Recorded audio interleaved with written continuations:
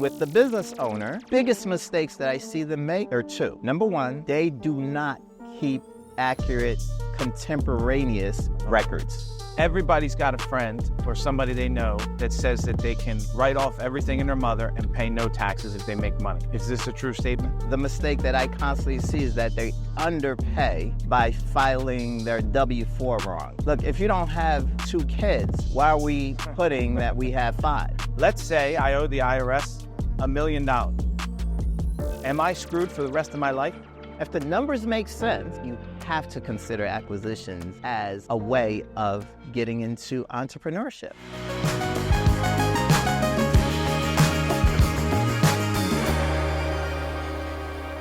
Hello and welcome to the Real Estate Doctors Podcast, where I'm here to educate, infiltrate, I'm just kidding, inspire, and entertain you.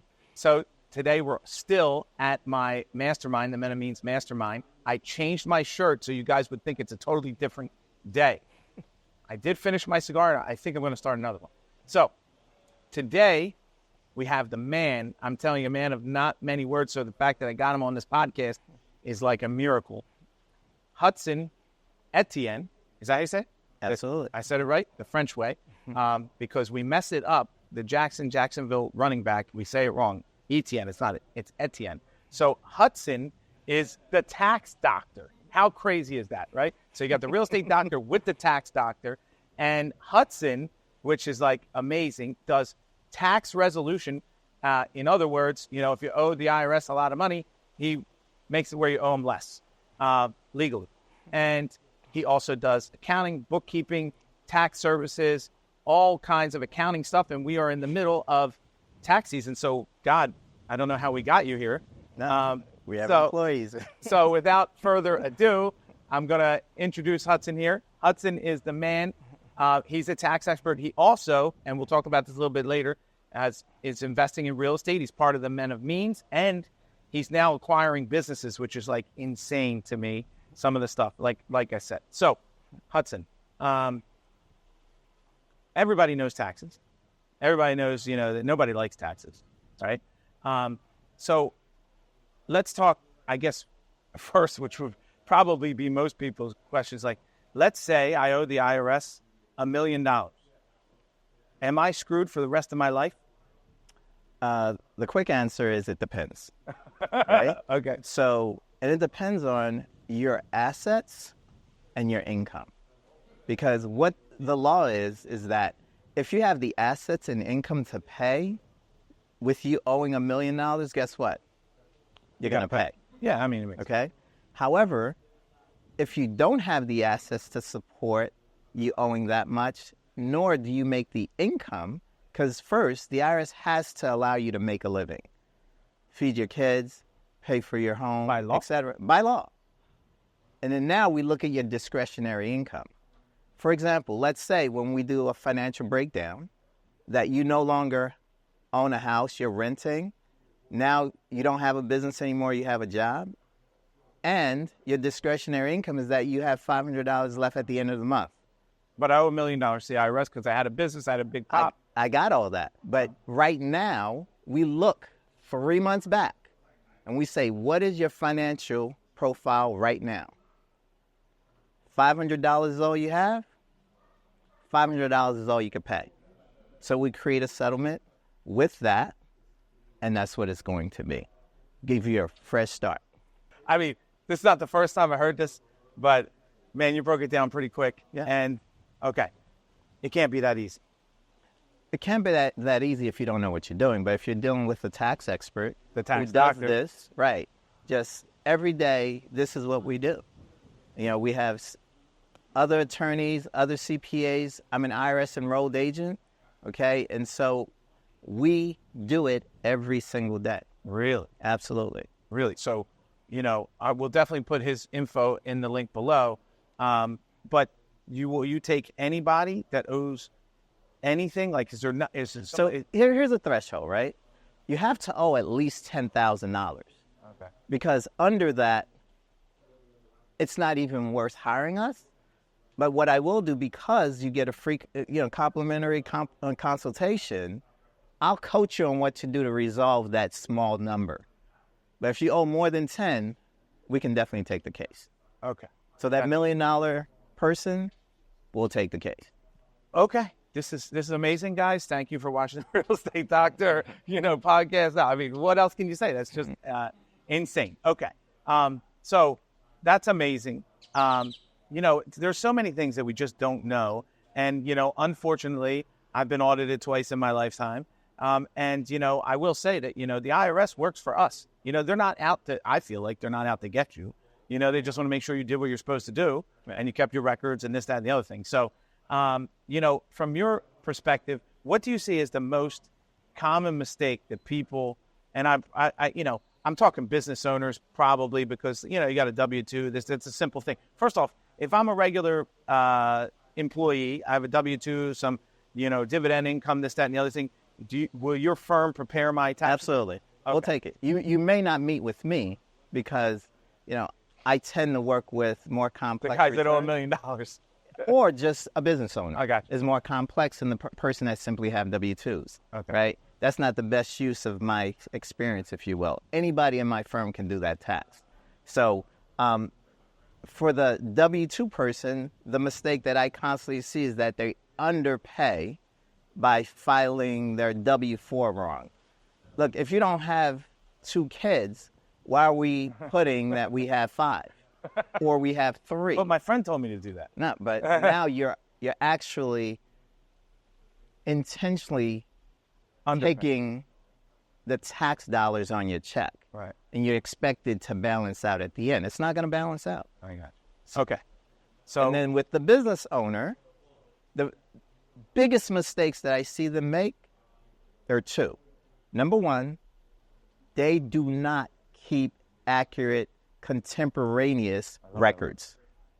And number 2, now remember, if you're running a profitable business, you're gonna owe taxes. Why aren't you paying estimated taxes every quarter? Because as the money come in, isn't that the best time to take a little portion of it and send it to them? well, it's easier. It doesn't hurt as much. Absolutely. Now, let's say if I have a net of 100,000 and my tax is going to be roughly 30,000, doesn't it make sense to send them, the 30,000 up front, and if you divide it by, 4, Yeah. you just send Because you're paying quarterly, 7,500, yes. 7,500 quarterly. And now they have it at hand. Now, when we're sitting down, we're just reconciling. We're not trying to figure out where the 30,000 is, because by then you probably spent it. Yeah. And basically everybody does. Yeah. So those are the 2 mistakes. Easy to resolve, but a lot of small business owners are making that mistake because, we're hustlers. We're just trying to figure out the next deal. Uh-huh. We don't do the bookkeeping and the management aspect of our business. You said a couple things. So one, I'm going to joke around. First off, the only people on the planet that know what contemporaneously mean are accountants. Me being a former accountant, my boss would come to me, well, Jay, we have to make sure that they're making their records are kept contemporaneously, which means all the time, daily, over and over again. Now, but when you say that, this is important, right? Mm-hmm. So why can't I just do everything at the end of the year? Not that you can't, it's just not best practice and not the best way to do it. Like, let me give you an example. Look, I look at life like a game, right? I play golf. I mean, you name the sport, it doesn't matter. Imagine me playing around a golf and never keeping score after every hole. Like, after 18th hole, how the hell do I know what I scored? I definitely shot par. Everything par, right? That's not the game, right? Yeah. It's after every hole, it was a par 4, I took 5 strokes, I put 5 down. Next hole, it was a par 3, I parred it, I put 3 down. Well, just like in that sport, with my business, if in January I generated $15,000 of income, I record it. Every day I write a check or I do electronic payment, I record it. So then I categorize each transaction by its respective expense category, and at the end, I know where I fared. At the end of the month, not at the end of the year. I do not, people will bring me everything in the shoebox and thinking they're ready. Dude, you just gave me a year's worth of work to do. I've personally seen people bring in a shoebox. I don't know what is with the shoebox. They think that's a good way of organizing their. Okay. the receipts and so forth. So when you say, but where am I going to record my $15,000 in income and my expenses? My best advice is to use accounting programs like QuickBooks. Okay. Right? QuickBooks Online. Some of it can be automated. Like we have a firm that's called getmybooksright.com. Okay? We will do all the recording and categorizing for you. Really? There's no excuses. Absolutely. Oh, that's amazing. Yeah. But let's say I'm doing it myself and I miscategorize things. Am I screwed? You're not screwed. At least you've done it. Now we can go find those missed categories and recategorize them. You have a chance of correcting those things. It's that guy he's not doing or recording anything. Right. And then the other thing that affords you, now that you've kept records, guess what you've become? Audit-proof. Because you've kept all the records. And some of my representation in audits, the agent will ask me for the QuickBooks file. Yeah. Yeah, bring it, they record it. They love that file. We're going, hey, we're matching receipt to. Yeah. And at the end, a lot of time, no change audits. Wow. And if there are changes, that's minor changes because of miscategorization, but at least it was recorded. Okay. So, man, I had a thought about this. I lost that thought, but let me go into this. Everybody's got a friend or somebody they know that says that they can write off everything in their mother and pay no taxes if they make money. Is this a true statement? It depends. So let me give you an example, right? So you can write off anything that's ordinary and necessary for you to run your business. And I'll add a caveat. That's recorded. That's what? Recorded. Okay. That you've kept track of, like what we were just talking about. Okay. Now, if you didn't record it, are you going to remember and try and figure out what you did last year? I've had an IRS agent tell me, like, listen, if you can't show me it, I'm just going to have to, I'll guess. And I'll just say there's no deduction. Exactly. She's like, I know you spent the money, but if you can't prove it. You have to show it. Yeah. You see? So you said. But the it depends is, like, for example, I'll give you an example with myself, right? I knew that this year was going to be an amazing year. So, as you know, if you buy a vehicle that weighs at least 6,000 pounds, right, for 2022, you could have done 100% of the purchase price, written it off if it's owned and primarily used for the business, right? So, and for 2023, it's 80%. For 2024, it's going to drop down 20% unless the law is readjusted, right? Okay. So imagine, my vehicle happened to cost roughly $135,000. So I'm writing off more than $100,000 as a write-off against my income. All right, let's pretend you made $100,000 and you buy this 6,000 pound, $100,000 vehicle, but you go to the dealership, you only pay tax and tags, you pay $5,000, and you owe $95,000 and you're making a payment. Can you still write off the $100,000? Yes. Well, yes. Yeah. Okay, amazing. I didn't know that answer, but I'm trying. So I didn't pay it cash, so it's absolutely. To your question. Now, would you advise somebody to pay cash? Absolutely not. Okay, you gotta leverage. And what? You always have to leverage your cash, right? Keep your cash in your pocket. Use the bank's money. Okay. Going back, you said you want to keep track of your expenses. Everybody always, like, do I need to keep receipts? Yes. Yes. Not only keep it, but notate, like if you went to dinner, like a business lunch or a dinner, you want to notate who you had dinner with and what you discussed. Okay. So it's not enough for me to put in QuickBooks and throw away my receipt. Scan in the receipt into the QuickBooks program as well. Okay. But you have a company that would do all that for them. Yes. Okay. So you at least have to give me upload the bank statements and take pictures of the receipt to help, us to reconcile it. Right. Yeah. You got to give you the raw data. Yes. Okay. All right. What is the biggest, what's the word? I don't know what the word is for this, but, people come into your office and they say, oh, man, I heard this, or I thought this, that you correct all the time? You're always like, no, that's not true. Most recently, it would be, you remember during COVID,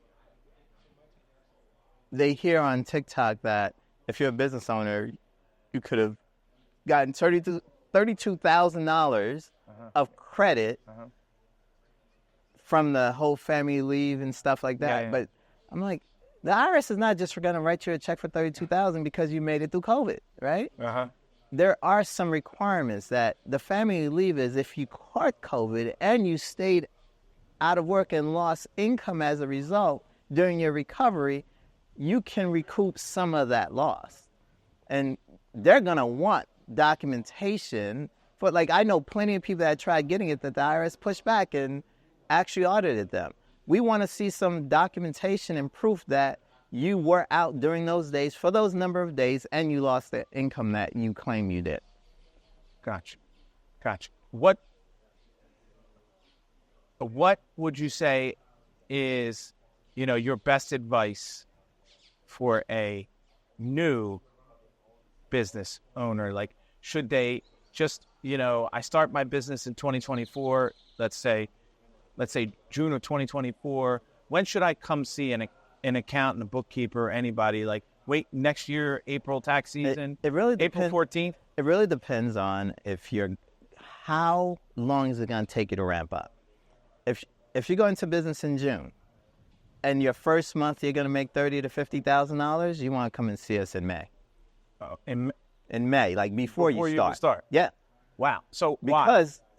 Because you could afford the service, and you're scaling up so quickly that you can get in trouble very easily. And you know how they say when you start, it's okay to make small mistakes. You don't want to make big mistakes up front because it's more costly. Okay. But that guy that's only making, $1,000 or $2,000 per month for 6 months, you know what? Go ahead and do it yourself. I got you. You're not ready for us yet. I got you. So if let's say you're a small business owner, you make $100,000, $200,000 a year, would you advise them to see you once a year to do the taxes? No. I would advise them to, if you're making 200 up or even 150 and up, we're pretty affordable. Okay? Come see us as soon as you can so that we can help you. Remember, when you're doing your books every month, it helps for you we help you manage your business. Like it's good knowing the scoreboard. Hey, am I operating in a red or am I operating in a black? Like, am I making money or not? Every month, so we can meet and look at the numbers on a quarterly basis and strategize. Right. So, it's not just about, like, a lot of people think of accounting and taxes is just, to file your tax returns. But if you want to run a real business, you have to look at your key performance indicators. You have to be able to read a financial statement. Right. And for a lot of small business owners, they've never read a financial statement. So even though they categorize it and run a QuickBooks report, it might not be perfect, and they don't know what they're reading. But see, part of our relationship is we'll read it with you and explain it to you and tell you what the story is that is saying. And, hey, maybe we want to make some adjustments here, cut some expenses there. Or, hey, what marketing did you incorporate that helped you to bounce that 20% last month? Let's do it again. As a matter of fact, let's invest more into that. Now you're actually managing your business. It's not an after-the-fact tax relationship transactional. It's a relationship between a tax advisor or a tax planner that helps you to really scale up your business and be even more profitable while at the same time keeping your tax exposure down. Okay, I've heard that, if you want to borrow money, you got to pay tax. Absolutely. Okay, what does that mean? That basically, so if you come to the bank, and I'm a bank, and you want to borrow, let's say, $200,000 to do whatever for your business or to purchase a house, the first question I'm going to want to know is, okay, can your business afford to pay me back? Right? And the way that you show that is show me that you were profitable, and the more money you show as profit, the more money you're showing me you could pay me. So you know, I see this all the time, you know, especially I'm in the real estate industry and people have depreciation, which helps your tax deductions and yada, yada, yada. Actually, I'm going to ask you about depreciation in a second. You know, and then so they're showing losses and then they're like, how come I can't get money from a bank? Now, depreciation is a little different, as you know, right? So if the loss is driven by depreciation, the bank will remove that. Right. Because they know that that is a paper loss. Right. Generated, you know, by depreciation. Or, you know, however, if the loss is beyond depreciation, let's say your depreciation was $20,000 and your loss is $40,000. If we remove the $20,000 depreciation, you're still showing a loss of $20,000. You can't afford this. You're not even making money yourself. Why would I give you a loan? I won't even refinance. I mean, you make it very clear. You know, you make it very clear. Yeah, you know I what can't. I mean? Okay. Okay. So we have to be, as business owners, intentional. I will intentionally forgo some of my write-offs that I truly have to show more profit because I know I want some loan dollars. Gotcha. And, you know, I'll take the tax hit. Okay. And, I mean, I know you, so what I will say is, you know, more than the tax doctor, you have experience in many different businesses. I mean, obviously, being somebody that does taxes, the beauty of being an accountant, that's how you get exposed to a lot of businesses. Yeah. So it seems like, and every time I have a conversation with you, I mean, I feel like so enlightened. I said today, you know, and I know, man, when you're on your subject, you are, but he's quite, you know, what did you say today about listen twice as much? Like, we have two ears and one mouth for a reason. You want to listen twice as much as you speak. But also from listening, you learn more. You observe more. And in pulling it all together, when you have something to say, that's when you talk. Don't talk just because everybody's having a conversation, right? You know what I'm saying? Right? Yeah. No, I mean, every time you speak, it's very impactful. That's why I wanted to put you on this podcast. And you can tell that you've thought about what you're going to say. So, you know, you have two ears for a reason and one mouth for the other. That's just, you know, that's remarkable. Twice as much as you speak. Yeah, that's remarkable. Okay. So let me pivot on a couple things here. I mean, is there anything on your tax practice that you think that you want to share with the audience that, you know, that you can service them, or what your ideal client is, before I get into some different subjects? Now, we could definitely service practically anybody. But for me personally, I want to work with business owners who are interested in scaling, who are interested in establishing a relationship with a tax advisor and a tax planner. Tax planning is huge because that is what will make a difference from you really strategically minimizing your taxes, especially when you really made some significant income. And if people, because we're going to put your information down below, if people call you, it's like $10,000 an hour, or what's the deal to talk to you? No, it's complimentary to talk. So when you put me to work, then I'll send you a bill. Okay. Okay. But, you know, if I'm not sure that it's a right fit, or that you can help me, or I don't know how you can help me, I can call you and we'll have a conversation. Okay. Yeah, that's tremendous. Absolutely. Okay. So, you know, let's get into real estate. Okay. So, you took one of my courses. Yes. Right. And, you know, I met Hudson a year ago. Through this mastermind about the same time. Right. And I mean, he's what a tremendous. I'm so grateful to have met you, man. I really am. And, you know, in that year, you know, what have you done in real estate? What have you learned in real estate?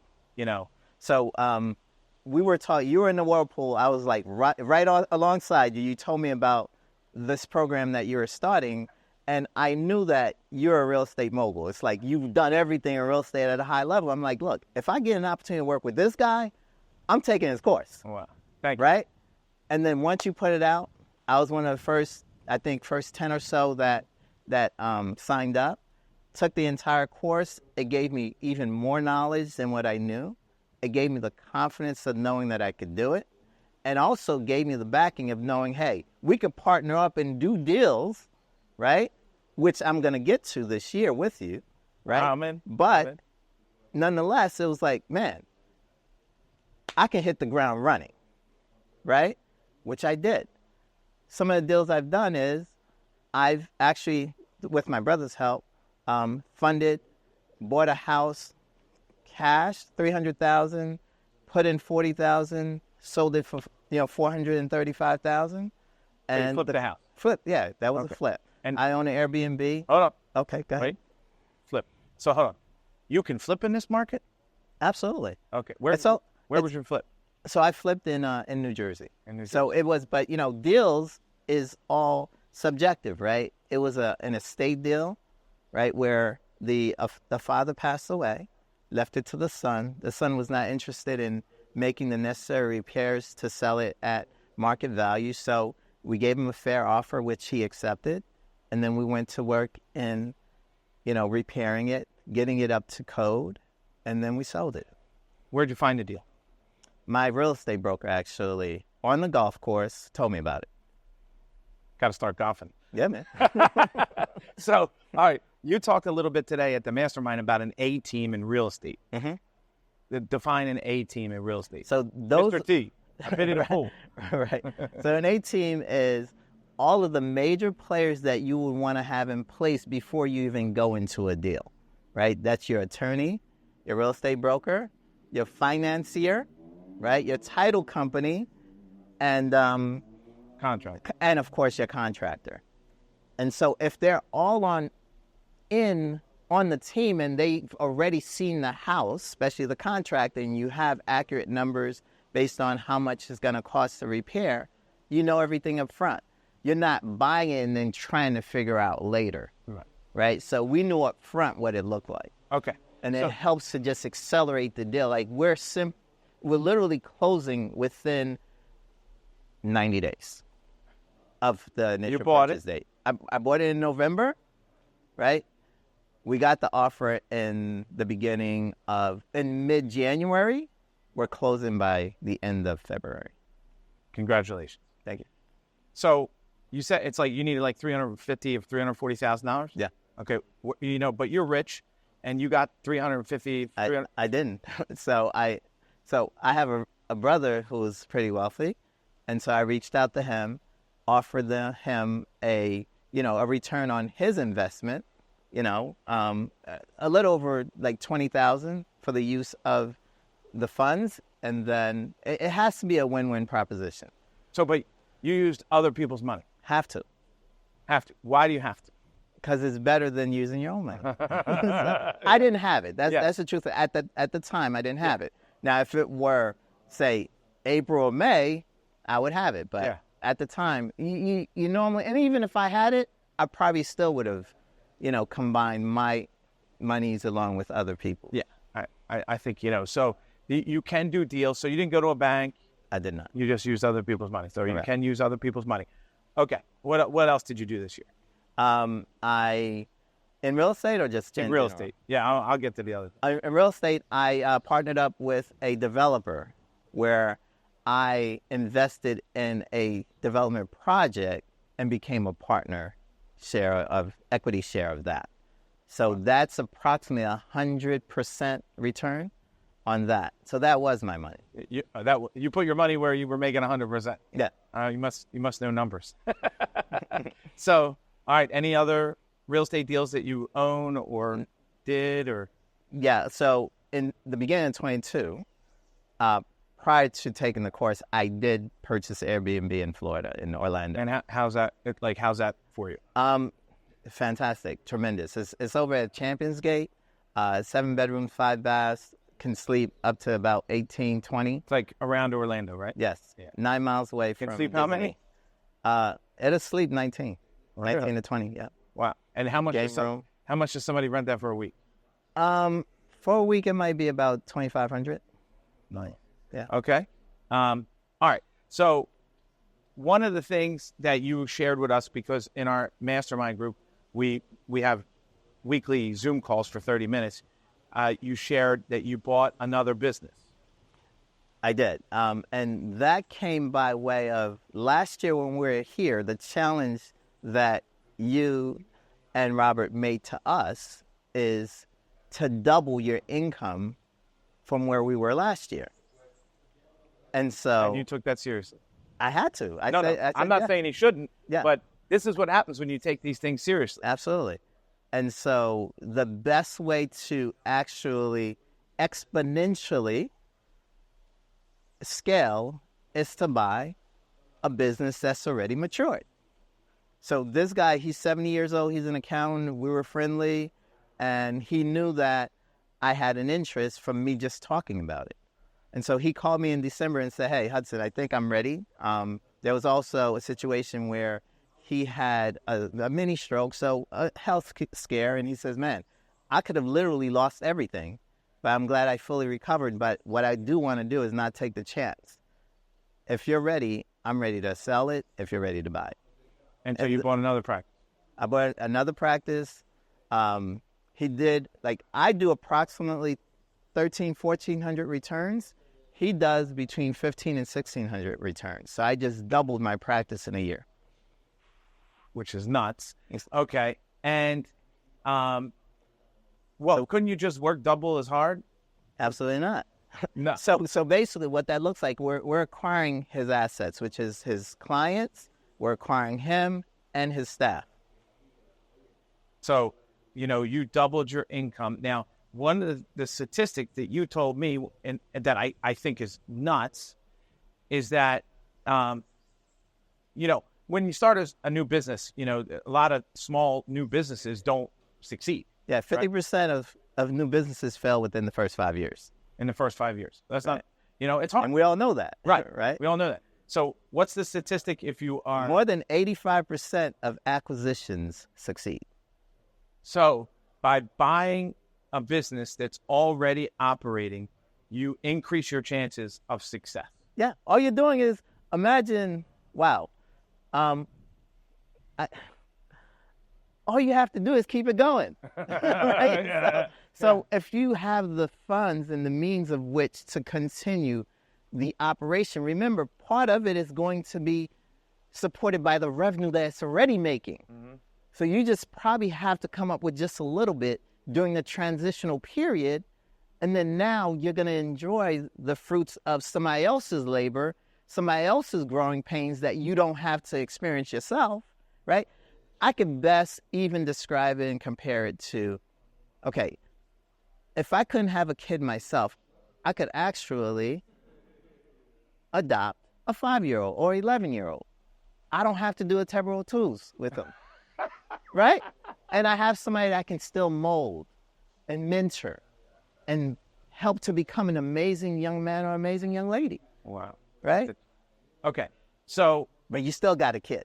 Yeah, no, I get it. No, this is your new baby. Yeah. So, but you're not going to buy another business anytime soon, right? Yes, I am. Because this is so amazing an experience, and experiencing that extra exponential growth. Why not do it again? I may stay within my industry, but you don't necessarily have to. If the numbers make sense, you have to consider acquisitions as a way of getting into entrepreneurship. Wow, man. You do know if you acquire a business, most likely you won't be the business because you had nothing to do with its first operation. Yeah, that's what you want. Yeah. You become an investor. Now, you know what? That brings me back. There's a book, and you know it as well, called The E-Myth. And the example in the E-Myth he uses is, let's say you're an accountant and you're the best accountant ever, and you're like, I want to have my own firm. When you open your own accounting firm, you may never do another tax return again in your life. And you think that, hey, I just got to be great at doing tax returns. But now you got to market, do human resources, invest, do accounting, the whole 9 yards. Owning a business is not the same as actually doing the trade of the business. Right. And I wasn't that. You were. I started a business and I became the business. I was wearing all the hats and doing all the work. But then I had to start hiring an assistant to answer the phone. That was my first hire. I hired a CPA to help me with doing the taxes. I still handled a lot of the tax work yet still, but I'm slowly phasing out of that as well. Right. And it doesn't mean that I don't touch anything. It just means that I'm touching the more complex cases, the tax resolution cases, the tax planning cases, the things that really leverages my experience and skills. I'm not doing it somebody with just one W-2 and just say anybody could do it. Right. For So, $500, we're not doing it. man, I really do acknowledge you for buying these businesses and, you know, looking already to acquire other businesses. I think it's tremendous. So, all right, I'm going to ask you some questions about the Men of Means mastermind that we're here. First off, what does the hat mean that you're wearing? The best day of my life. That's right, baby. So it's, you know, it's coming into every day intentionally creating that this day is going to be the best day of my life. Amen. You know, so Amen. I got that last year at my first freshman year of Men of Means. And so now I'm a sophomore, and it's amazing. You're a sophomore that's like already in college, and you're killing it. So, okay. You know, what's been like your biggest thing that if you've gotten, you received from being part of the mastermind group for a year? I think it's two things, right? One is meeting guys like you who are like-minded, who's expanding my thinking. Like sometimes we think at least I thought big until I met you. I'm like, man, I don't know what that like, right? You. So expanding our thinking, having me to dream bigger, right, is one. And number two is getting an accountability partner. Because as a business owner, as a boss, guess what? If I don't do what I'm supposed to do, guess what? No one is going to check me. Yeah. Yep. Right? I think it's so important. And so, but with an accountability partner, and like him, we were calling each other every 2 weeks, setting goals and holding each other accountable to what we said and gave our word to doing. Right. So, and it was tremendous. So last year, you and Lakeem became accountability partners, and you guys said today, which I think I'm amazed. I acknowledge you guys. You guys accomplished all the goals that you wanted to make. Absolutely. Tremendous. Okay. Some fun questions before we wrap up. What's your favorite drink? Alcoholic drink? Yeah. I'm a Grand Marnier. Okay. On the rocks. All right. Okay. It's very smooth and just relaxes me. So. How many times have you been to Aruba? The first time was on a ship. Second time was Men of Means, and this is my third time. Okay. Well, if you're coming just for the Men of Means, you don't get to do too much fun. But what's your favorite thing about Aruba? I love the weather. Oh, yeah. And I hear that it's like this pretty much year-round. And, on Sunday I'll get a chance to play a little golf here, so we'll see. Oh, you're going to play? Absolutely. That's amazing. That's amazing. Okay. What is your biggest goal or thing you want to achieve this year, business or personal? Personal is to identify someone who I totally connect with from a relationship standpoint. Wow. Like full alignment. I experienced it once and I want that again. Right? Business, to what you said earlier, I want to actually do another acquisition in 2024 and try and double again. Well, I know you will acquire the business, and I hope and pray that you find that connection you're looking for, man. Absolutely. So, well, thank you for being on the podcast. Thank you for the invite. It was amazing. You are the man.